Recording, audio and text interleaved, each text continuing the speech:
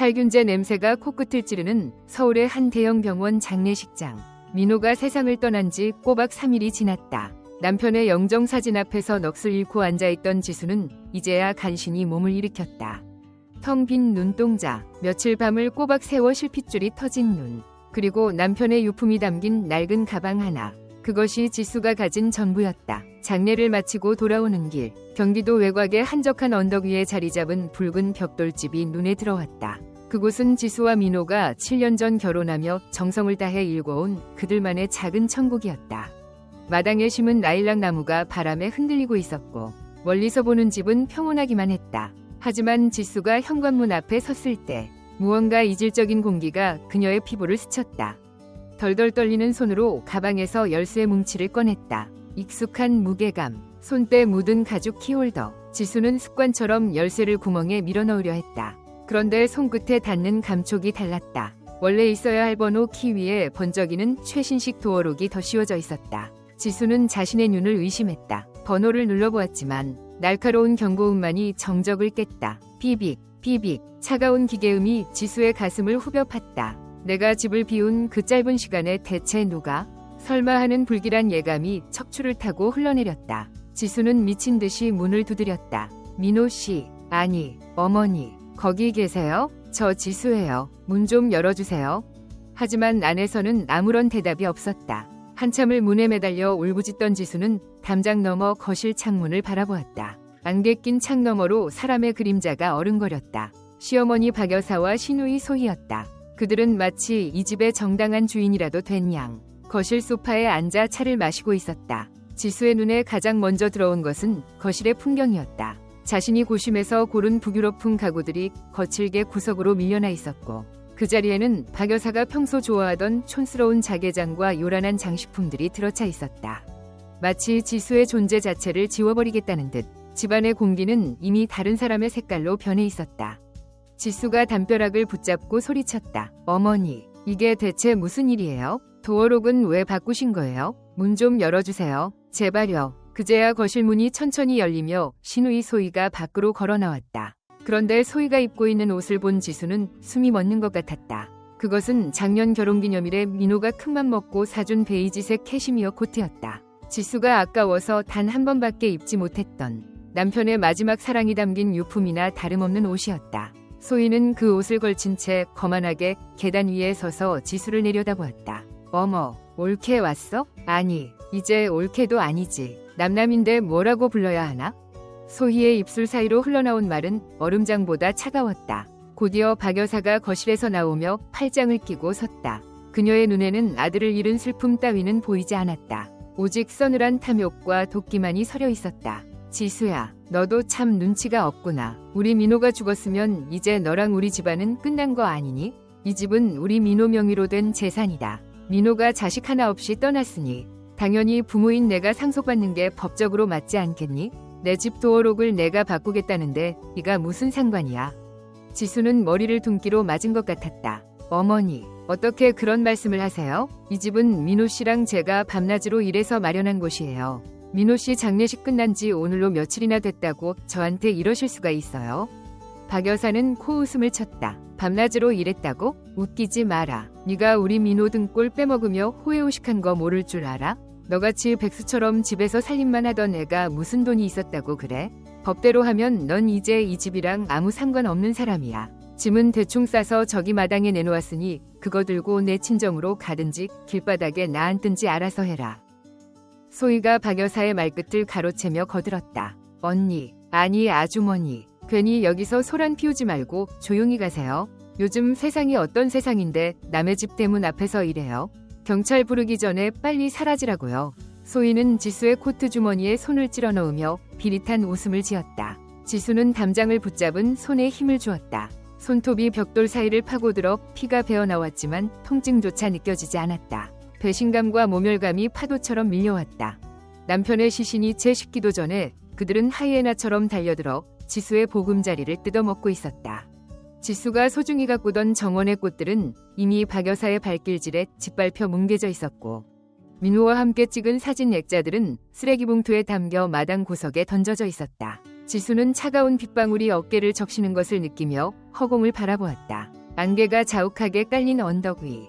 한때는 따뜻한 빛을 내뿜던 그 집이 이제는 거대한 무덤처럼 보였다. 어머니, 정말 진심이세요? 저를 이대로 길바닥으로 내쫓으시겠다는 거예요? 지수의 목소리가 떨림을 멈추고 낮게 가라앉았다. 박 여사는 대답 대신 쾅 하고 현관문을 닫아버렸다. 도어록이 잠기는 기계적인 소음이 지수의 귓가를 때렸다. 철저한 고립. 지수는 남편의 유품 가방을 꽉 움켜쥐었다. 빗물인지 눈물인지 모를 액체가 뺨을 타고 흘러내렸다. 그녀는 뒤를 돌아보지 않고 언덕을 내려오기 시작했다. 발걸음마다 서린 한기가 뼈마디를 파고들었다. 하지만 지수의 눈빛은 이전의 흐리멍덩한 슬픔에 젖어 있지 않았다. 그녀는 알고 있었다. 박 여사와 소희가 간과하고 있는 결정적인 사실을. 그들이 우리 아들 명의라고 철석같이 믿고 있는 저 집의 등기부등본이 3년 전 어떻게 변했는지. 그들은 꿈에도 모르고 있을 것이다. 지수는 어둠 속으로 사라지는 붉은 벽돌집을 마지막으로 한 번 더 돌아보았다. 어머니, 소희야, 당신들이 저지른 이 무모한 짓의 대가를 어떻게 치르게 될지 기대해도 좋아. 지수의 나지막한 혼잣말은 빗소리에 섞여 사라졌지만 그녀의 가슴 속에서는 이미 거대한 폭풍이 일기 시작하고 있었다. 이제 지수는 가련한 미망인이 아니었다.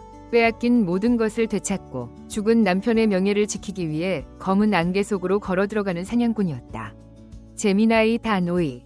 지수는 빗줄기가 굵어지는 언덕길을 내려와 낡은 여관방에 몸을 뉘었다. 천장에서 떨어지는 물소리가 불규칙한 박자로 방 안의 정적을 깨뜨렸고 눅눅한 이불의 감촉은 그녀의 살결에 닿아 소름을 돋게 했다. 하지만 지수는 추위를 느낄 겨를도 없었다. 그녀의 머릿속은 온통 3년 전 그 지옥 같았던 겨울의 기억으로 가득 차 있었다. 박 여사와 소희가 우리 민호의 집이라며 당당하게 소리치던 그 붉은 벽돌집. 사실 그 집은 이미 3년 전에 사라졌어야 할 유령 같은 존재였다는 사실을 그 두 사람은 꿈에도 모르고 있었다. 당시 민호의 건설회사는 믿었던 동업자의 배신으로 하루아침에 공중분해될 위기에 처해 있었다.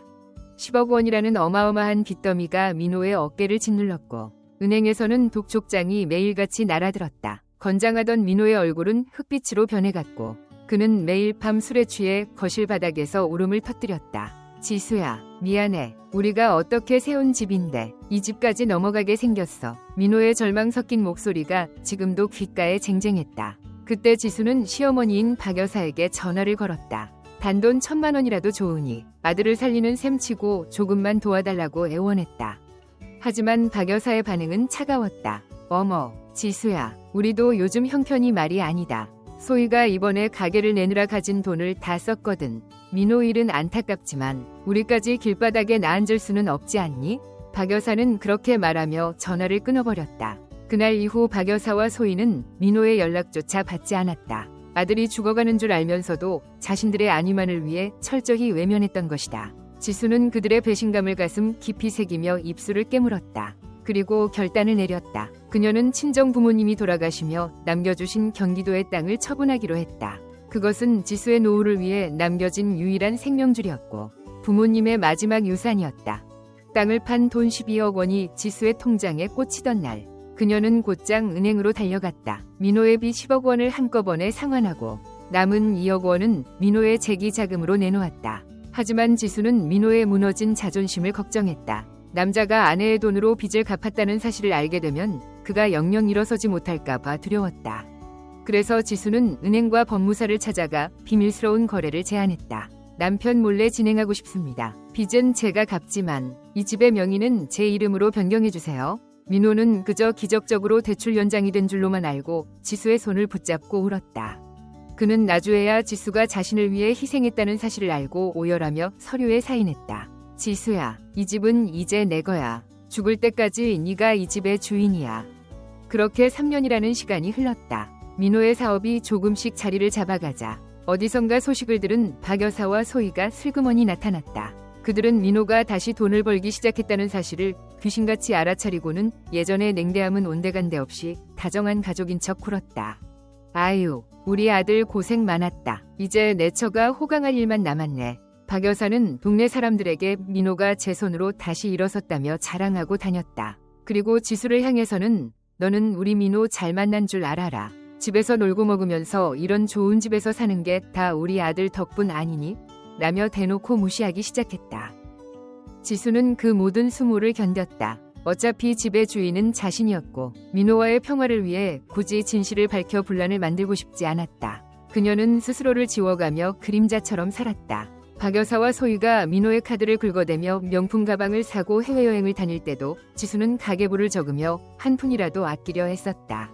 그녀는 자신의 선의가 가족이라는 울타리를 지켜줄 것이라 믿었다. 하지만 그것은 지독한 착각이었다. 존중이 없는 호의는 상대방에게 권리라는 독을 심어줄 뿐이었다. 박 여사와 소희는 지수를 가족이 아닌 언제든 갈아치울 수 있는 소모품 정도로 여기고 있었다. 여관방의 낡은 형광등이 깜빡거렸다. 지수는 가방 속에서 낡은 서류철 하나를 꺼냈다. 3년 전 은행에서 발급받은 영수증, 땅을 매매했던 계약서, 그리고 민호의 인감도장이 찍힌 재산 분할 합의서. 이 종이 한 장 한 장에는 지수의 피와 땀, 그리고 부모님의 유산이 녹아 있었다. 어머니, 당신들은 내가 아무것도 모르는 무식한 여자라고 생각하셨죠? 지수의 입가에 차가운 미소가 번졌다. 박 여사가 동네에 퍼뜨린 아들이 세운 집이라는 소문은 이제 그녀의 목을 조르는 밧줄이 될 것이다. 지수는 민호가 세상을 떠나기 전 병실에서 나눴던 마지막 대화를 떠올렸다. 민호는 자신의 병세가 깊어지자 지수의 손을 꼭 잡고 말했다. 지수야, 엄마랑 소희 성격 알지? 내가 없으면 분명히 너 괴롭힐 거야. 서재 책상 밑에 비밀 서랍이 있어. 거기에 내가 너를 위해 준비한 게 있으니까 꼭 확인해. 그때 민호의 눈동자에는 아내에 대한 미안함과 가족들에 대한 깊은 우려가 담겨 있었다. 민호는 자신의 어머니와 여동생이 어떤 사람들인지 누구보다 잘 알고 있었던 것이다. 지수는 그가 남긴 방패가 무엇인지 아직 확인하지 못했다. 박 여사가 도어록을 바꾸는 바람에 서재 근처에도 가지 못했기 때문이다. 내일이면 지수는 법적 절차를 밟기 위해 법원으로 향할 것이다. 하지만 그 전에 그녀는 남편이 남긴 마지막 메시지를 찾아야만 했다. 그 붉은 벽돌집 안, 박 여사가 승리감에 취해 잠들어 있을 그곳에 민호가 숨겨둔 진실이 기다리고 있었다. 지수는 가방을 다시 닫으며 결연한 표정으로 창밖을 보았다. 비는 그칠 줄 모르고 내렸지만 안개는 조금씩 걷히고 있었다. 민호 씨, 당신이 나를 지켜주려 했던 것처럼 나도 우리 집을 지킬게. 당신의 명예를 더럽히는 저 사람들에게 절대로 이 집 한 평도 내어주지 않을 거야. 지수는 자리에서 일어나 외투를 걸쳤다. 비바람이 몰아치는 밤이었지만 그녀의 심장은 그 어느 때보다 뜨겁게 뛰고 있었다. 박 여사가 승리에 도취해 술잔을 기울이고 있을 이 시각, 지수는 조용히 반격을 준비하고 있었다. 세상은 그녀가 남편을 잃고 모든 것을 빼앗긴 가련한 여자라고 생각하겠지만 사실 판은 이미 뒤집혀 있었다. 지수의 손에는 박 여사가 감히 상상도 못할 강력한 무기가 들려 있었고 이제 그 칼날을 휘두를 시간만이 남아 있었다. 안개 속의 언덕집을 향해 지수는 다시 발을 내디뎠다. 이번에는 쫓겨나는 미망인이 아니라 자신의 영토를 되찾으러 가는 주인으로서의 걸음이었다. 지수는 낡은 여관방에 삐걱거리는 침대에서 일어나 온매무새를 다듬었다. 창밖의 빗줄기는 가늘어졌지만 대지를 뒤덮은 안개는 더욱 짙어져 한 치 앞도 분간하기 힘들었다. 시계 바늘은 새벽 2시를 가리키고 있었다. 박 여사와 소희가 승리감에 취해 깊은 잠에 빠져 있을 시간이었다. 지수는 가방에서 작은 손전등 하나를 꺼내 들고 다시 그 언덕 위 붉은 벽돌집으로 향했다. 발걸음은 조용했고 심장은 터질 듯이 뛰었지만 눈빛만은 그 어느 때보다 차갑고 예리하게 빛나고 있었다. 언덕 위의 집은 어둠 속에 잠겨 있었다. 거실 불은 꺼져 있었고 오직 현관문 위에 새로 설치된 도어록의 푸른 불빛만이 비릿하게 번뜩이고 있었다. 지수는 정문으로 갈 생각은 추호도 없었다. 그녀는 담장을 따라 뒤쪽 창고 쪽으로 향했다. 그곳에는 민호와 지수만이 알고 있는 작은 비밀 통로가 있었다. 연애 시절 민호가 열쇠를 깜빡하고 집을 비웠을 때 두 사람이 낄낄거리며 기어 들어갔던 환기창이었다. 지수는 우거진 자풀을 헤치고 좁은 창문 틈으로 몸을 밀어넣었다. 먼지와 거미줄이 얼굴에 달라붙었지만 그녀는 아랑곳하지 않았다. 이것은 침입이 아니었다. 주인이 자신의 집을 되찾기 위한 처절한 귀환이었다. 집 안으로 발을 들이자마자 코끝을 찌르는 것은 낯선 향수 냄새와 박 여사가 피워놓은 진한 향 냄새였다. 지수의 흔적을 지우고 집을 정화하겠다며 피워댄 그 향은 지수에게는 구역질 나는 위선의 냄새일 뿐이었다. 지수는 숨을 죽인 채 발꿈치를 들고 복도를 지나 서재로 향했다. 거실 쪽에서 박 여사의 코 고는 소리가 들려왔다. 안방까지 차지하고 대자로 뻗어 자고 있을 그 노파를 생각하니 분노가 치밀어 올랐지만 지수는 주먹을 꽉 쥐며 감정을 억눌렀다. 지금 중요한 것은 감정의 배설이 아니라 승리를 위한 증거였다. 서재문은 다행히 잠겨있지 않았다. 박 여사는 평소 기가 세다며 민호의 서재를 무서워했다. 죽은 사람의 기운이 남아있을까 봐 근처에도 오지 않았을 게 뻔했다. 지수는 조심스럽게 문을 닫고 손전등을 켰다. 빗줄기가 책상을 비추자 민호가 쓰던 안경과 만년필이 그대로 놓여 있었다. 눈물이 왈칵 쏟아질 것 같았지만 지수는 입술을 깨물며 책상 아래로 기어 들어갔다.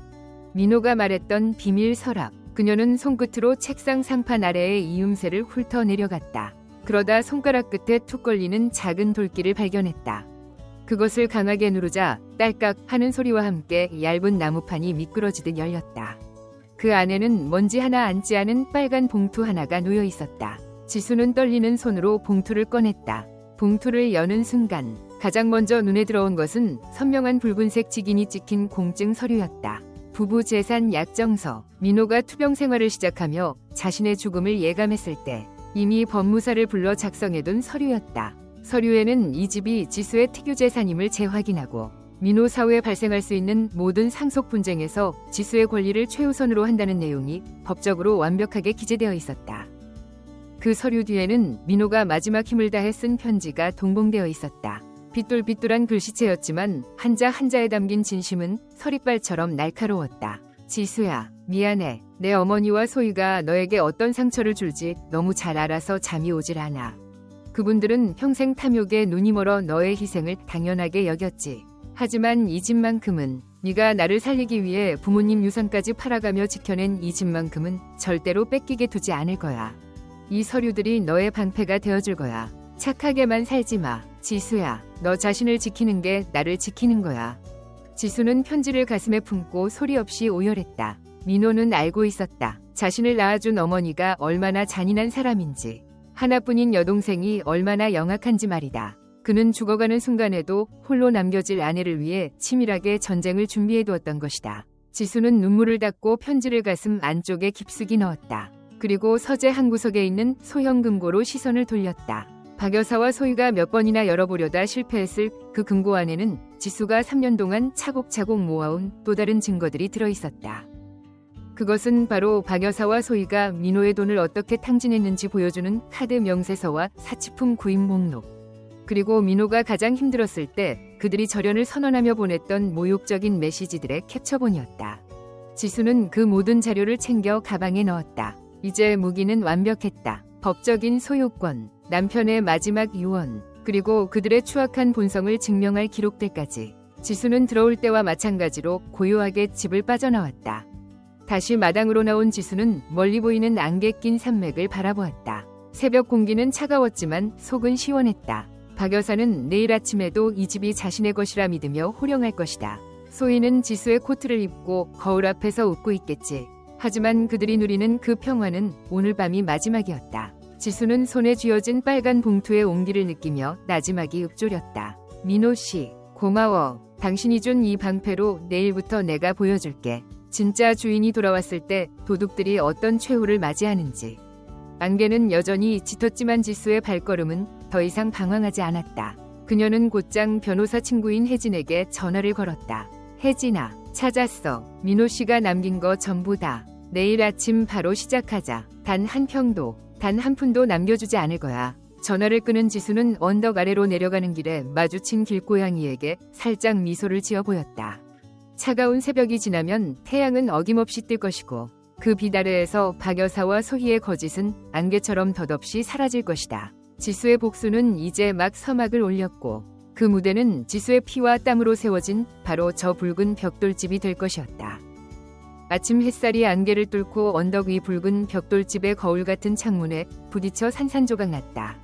박 여사는 거실의 커다란 소파에 몸을 깊숙이 묻고 앉아 소희가 타온 비싼 수입 찻잔을 들고 있었다. 예, 소희야, 이제야 사람 사는 집 같다. 그 무수리 같은 년이 있을 때는 집안 꼴이 영 칙칙하더니 주인이 바뀌니 공기부터가 다르네. 박 여사의 입가에는 탐욕스러운 미소가 번졌다. 소희는 지수의 옷장에서 꺼낸 실크 블라우스를 입고 거울 앞에서 자기 모습을 비춰보며 맞장구를 쳤다.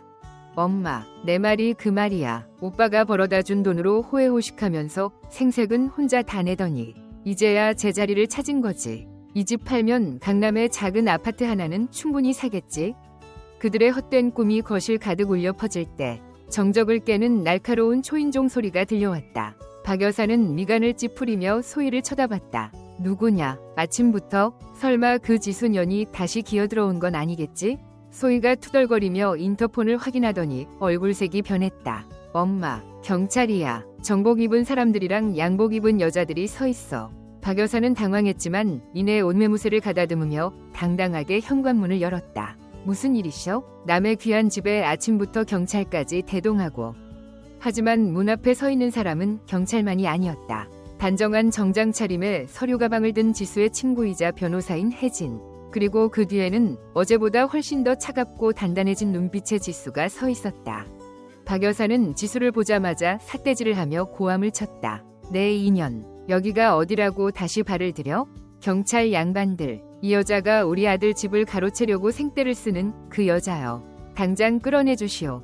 혜진이 한 발자국 앞으로 나서며 차분하지만 위험 있는 목소리로 입을 열었다. 안녕하십니까. 본 변호인은 이 집의 소유주인 이지수 씨의 법률 대리인입니다. 현재 박순자 씨와 박소희 씨는 타인의 주거지에 무단으로 침입하여 점유하고 계십니다. 주거침입 및 재산권 침해에 해당하며 지금 즉시 퇴거하지 않으시면 강제 집행 절차에 들어갈 것임을 통보합니다.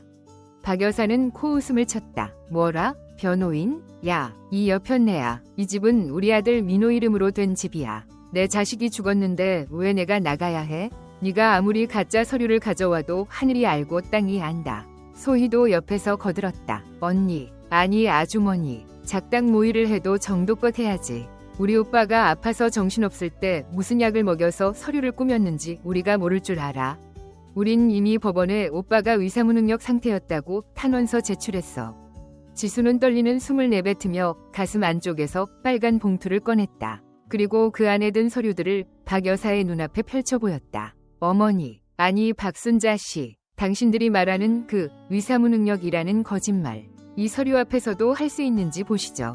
지수가 내민 것은 민호가 죽기 전 서울의 대학병원에서 정밀검사를 받았던 신경정신과 진단서였다. 환자의 인지기능 및 판단 능력 정상, 의사결정에 아무런 장애 없음. 날짜는 민호가 지수와 재산 약정서를 작성했던 날로부터 불과 일주일 전이었다. 박 여사의 얼굴이 순간 잿빛으로 변했다. 이게 뭐야? 가짜 아냐? 혜진 변호사가 쐐기를 박았다. 이것뿐만이 아닙니다. 3년 전 민호 씨의 회사가 부도 위기에 처했을 때 박순자 씨와 박소희 씨는 민호 씨의 연락을 차단하고 절연을 선언하셨죠? 여기 그 당시 두 분이 민호 씨에게 보낸 다시는 연락하지 마라. 죽든 살든 우리랑 상관없다. 는 내용의 문자 메시지 복구본도 있습니다. 반면 이지수 씨는 본인의 상속받은 토지를 매각하여 10억 원의 빚을 대신 변제했습니다. 여기 그 자금 흐름을 증명하는 은행 송금 내역과 영수증이 있습니다. 이 집은 민호 씨가 감사의 뜻으로 지수 씨에게 증여한 특유재산입니다. 거실의 공기는 순식간에 얼어붙었다. 혜진이 내놓은 증거들은 너무나 구체적이고 완벽해서 반박할 틈이 없었다. 소희는 당황해서 지수의 코트 자락을 만지작거리며 눈치를 살폈다. 박 여사는 마지막 수단으로 바닥에 주저앉아 통곡하기 시작했다. 아이고, 동네 사람들, 며느리가 시어머니를 길바닥으로 내쫓네. 아들 죽었다고 이렇게 문전박대하는 법이 어디 있어. 으앙. 지수는 그런 박 여사를 내려다보며 차갑게 말했다. 어머니, 제가 인내했던 3년은 어머니가 민호 씨의 어머니였기 때문이에요. 하지만 당신은 민호 씨가 아플 때 돈 한 푼 보태기는커녕 죽자마자 아들의 유품을 내다 팔고 며느리를 쫓아냈어요. 이제 저에게 당신은 시어머니가 아니라 제 재산을 훔치려 한 도둑일 뿐이에요.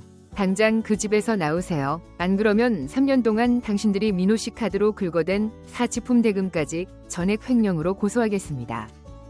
경찰관들이 엄숙한 표정으로 박 여사와 소희에게 다가갔다.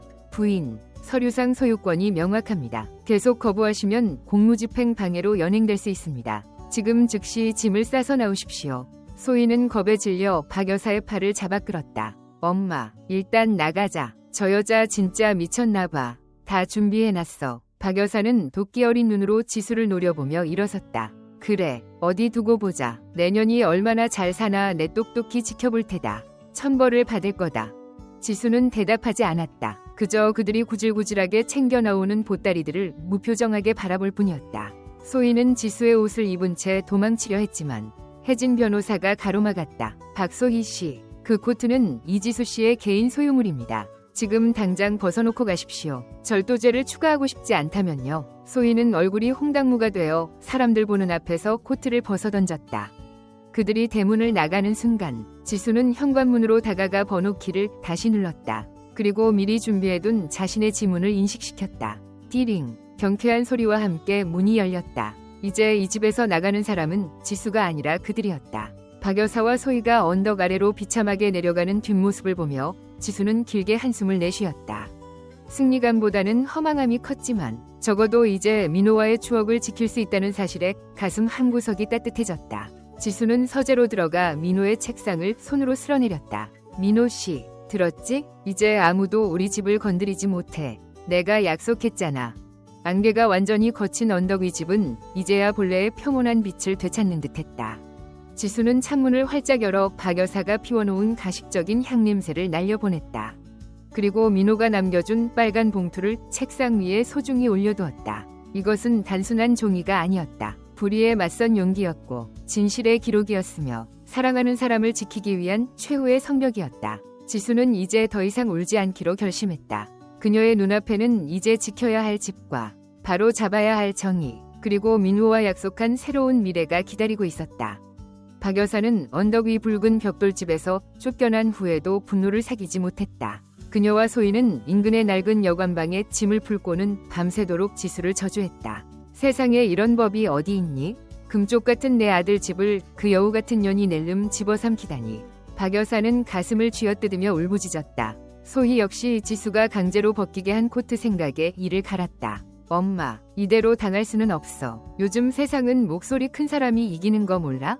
인터넷이랑 방송국에 제보하자. 며느리가 시어머니를 길바닥에 내쫓았다고 하면 사람들이 다 우리 편 들어줄 거야. 소희의 눈에 비열한 빛이 감돌았다. 다음 날부터 박 여사와 소희는 치밀하게 준비한 피해자 코스프레를 시작했다. 소희는 평소 알고 지내던 삼류 잡지 기자와 유튜버들에게 연락해 자극적인 제보를 던졌다. 죽은 남편의 재산을 가로채기 위해 시어머니를 폭행하고 내쫓은 비정한 며느리 라는 제목의 기사가 온라인에 퍼지기 시작했다.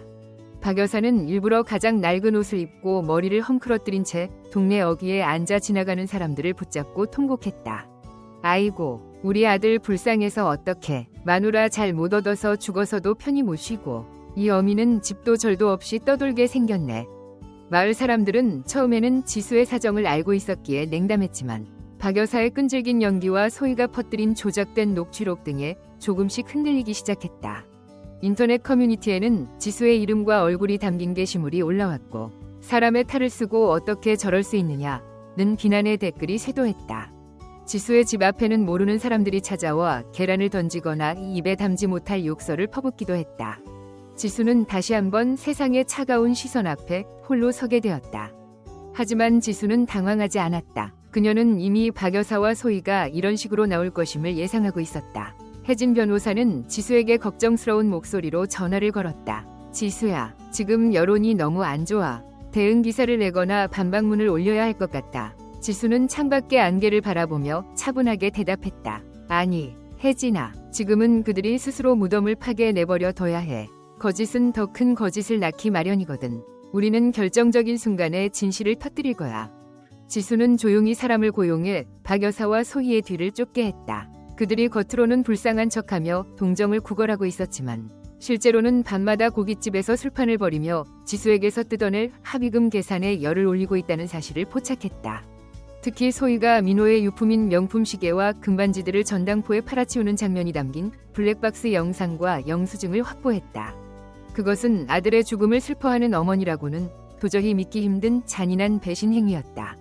일주일 후 박 여사는 마침내 지수가 민호의 49제를 지내기로 한절에 나타났다. 그녀는 일부러 많은 신도와 취재진이 모인 시간을 골랐다. 박 여사는 흰 소복을 입고 절마당에 주저앉아 대성통곡을 했다. 아들아, 내 마누라가 무서워. 이 애미는 내 제사상에 술 한 잔도 못 올리는구나. 저 여자가 내 아들 홀려서 재산 다 가로채고 나를 거지로 만들었다. 취재진의 카메라 플래시가 지수의 얼굴에 쉴 새 없이 터졌다. 사람들은 수군거리며 지수를 손가락질했다. 지수는 천천히 법당 계단을 내려와 박 여사 앞에 섰다. 그녀의 손에는 두툼한 서류 봉투가 들려 있었다. 어머니, 이제 그만하세요. 아들의 영혼이 쉬어야 할 이곳에서까지 이런 쇼를 하셔야겠어요? 박 여사는 더욱 크게 소리를 질렀다. 쇼라고? 네가 감히 내 아들 이름을 입에 올려? 이 독한 년아, 당장 내 집 내놔. 지수는 차가운 미소를 지으며 서류 봉투에서 사진 몇 장을 꺼내 박 여사의 얼굴 앞에 뿌렸다. 그것은 박 여사와 소희가 민호가 죽은 날 저녁, 지수를 쫓아내자마자 거실에서 명품 가방을 들고 웃으며 셀카를 찍은 사진이었다. 그리고 소희가 민호의 예물시계를 금은방에 팔아넘기는 영상 캡처본도 있었다. 어머니, 아들이 죽은 그날 밤에 이 웃음이 나오던가요? 아들의 마지막 유품을 팔아치우면서 눈물 한 방울 흘리셨나요? 사람들의 시선이 순식간에 바뀌었다. 취재진은 바닥에 떨어진 사진들을 찍기 바빴다. 지수는 멈추지 않고 박 여사가 법원에 제출했던 의사무능력 주장을 정면으로 반박하는 병원 녹취록을 공개했다. 민호가 마지막 순간에 의사에게 내 재산은 모두 아내 지수에게 주십시오. 어머니와 동생은 저를 버렸지만 지수는 끝까지 저를 지켰습니다. 라고 말하는 생생한 음성이 절마당에 울려 퍼졌다. 박 여사의 얼굴은 순식간에 흑빛이 되었고 소희는 카메라를 피하며 도망치려 했다. 당신들이 내뱉은 그 모든 거짓말, 이제 법정에서 책임지게 될 겁니다. 명예훼손, 무고, 그리고 절도죄까지 하나도 빠짐없이요. 지수의 목소리는 작았지만 단호했다. 박 여사는 할 말을 잃고 털썩 주저앉았다. 구경하던 사람들은 세상에 저런 할망구가 다 있나, 천벌받을 인간들이라며 욕설을 퍼부었다. 박 여사와 소희는 결국 경찰의 제지를 받으며 비참하게 절을 빠져나갔다. 지수는 다시 법당으로 들어가 남편의 영정사진 앞에 섰다. 소란스러웠던 밖의 소음이 잦아들고 다시 정적이 찾아왔다. 지수는 향 한 대를 피우며 나지막이 속삭였다. 민호 씨, 이제 정말 끝났어. 당신 괴롭히던 사람들, 이제 다시는 우리 근처에 못 오게 할게. 이제 편히 쉬어. 지수의 뺨을 타고 맑은 눈물 한 방울이 흘러내렸다. 그것은 억울함의 눈물이 아니라 길었던 투쟁을 끝낸 자의 안도감이었다. 안개 낀 산사는 다시 평온을 되찾았고 지수의 가슴 속 깊은 곳에 맺혀있던 응어리도 비로소 녹아내리기 시작했다. 안개 자욱했던 덕소의 언덕 위 붉은 벽돌집에 드디어 찬란한 봄볕이 들기 시작했다. 법당에서의 소동 이후 박 여사와 소희는 동네에서 고개를 들고 다닐 수 없을 만큼 처참한 몰락을 맞이했다. 그들이 지수를 음해하기 위해 뿌렸던 거짓말들은 부메랑이 되어 돌아와 그들의 목을 죄었다. 소희는 민호의 유품을 전당포에 팔아치운 혐의와 명예훼손죄로 법정 구속을 피할 수 없게 되었고 박 여사는 하나뿐인 딸마저 범죄자 신세가 되자 그제야 자신이 저지른 탐욕의 무게를 실감하며 무너져 내렸다. 지수는 그들의 비참한 소식을 전해들었지만 마음속에는 복수의 쾌감 대신 서늘한 허무함만이 감돌았다. 한때 가족이라 믿었던 사람들이 돈이라는 괴물 앞에 어떻게 무너지는지 목도한 자의 슬픔이었다.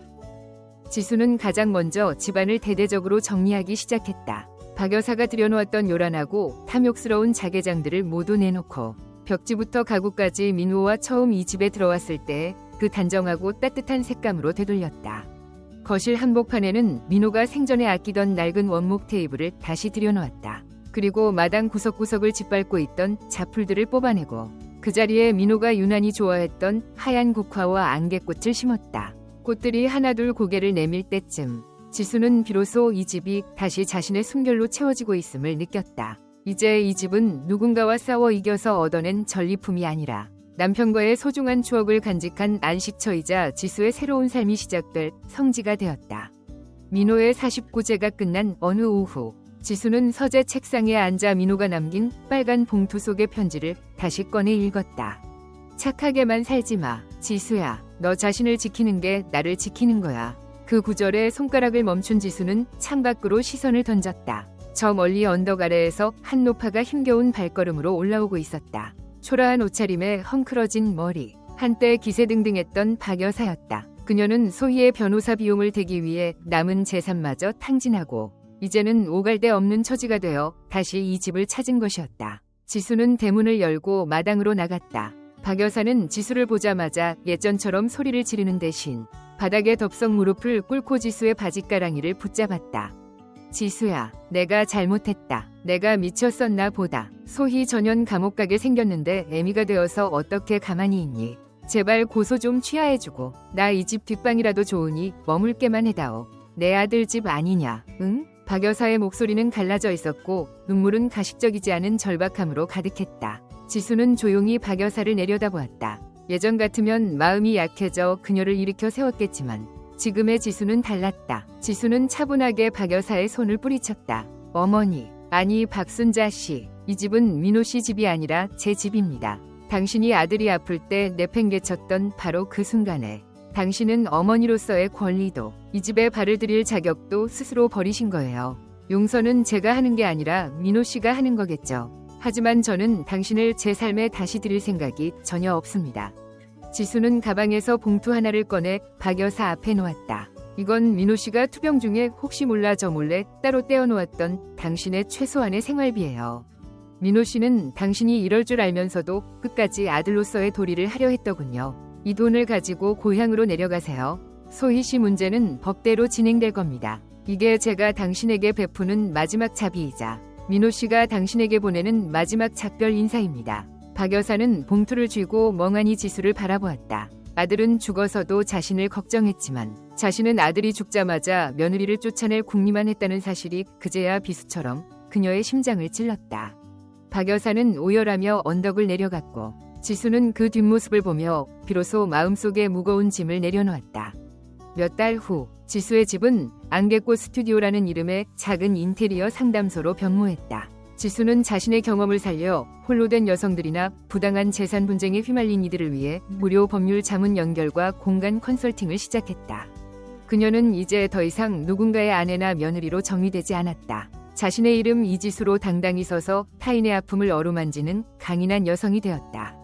해질녘, 지수는 마당의 벤치에 앉아 붉게 물드는 노을을 바라보았다. 바람에 실려오는 진한 꽃향기가 마치 민호의 따뜻한 품처럼 그녀를 감싸 안았다. 지수는 깨달았다. 진정한 복수는 상대방을 파멸시키는 것이 아니라 그들이 준 상처 위에서 보란듯이 더 아름다운 꽃을 피워내는 것임을 말이다. 삶의 황혼기에 접어든 이들에게 가족이란 때로는 가장 든든한 버팀목이지만 때로는 가장 날카로운 칼날이 되기도 한다. 지수의 이야기는 우리에게 소중한 가르침을 남긴다. 피를 나눴다고 해서 모두가 가족은 아니면 진정한 가족이란 고난 속에서도 서로의 손을 놓지 않는 의리와 존중에서 싹트는 법이다. 또한 누군가에게 베푸는 무조건적인 선의가 오히려 그들의 탐욕을 키울 수 있음을, 그래서 때로는 단호한 이성이 자신과 사랑하는 사람을 지키는 가장 강력한 무기가 된다는 사실을 잊어서는 안 된다. 지수는 이제 혼자이지만 외롭지 않다. 그녀의 곁에는 민호와의 숭고한 약속과 스스로 일궈낸 단단한 자존감이 함께하기 때문이다. 인생의 모진 비바람이 지나간 자리에는 반드시 맑은 하늘이 오기 마련이며 진실된 마음으로 일궈낸 삶은 그 어떤 탐욕의 폭풍에도 결코 꺾이지 않는 가장 고귀한 재산이다.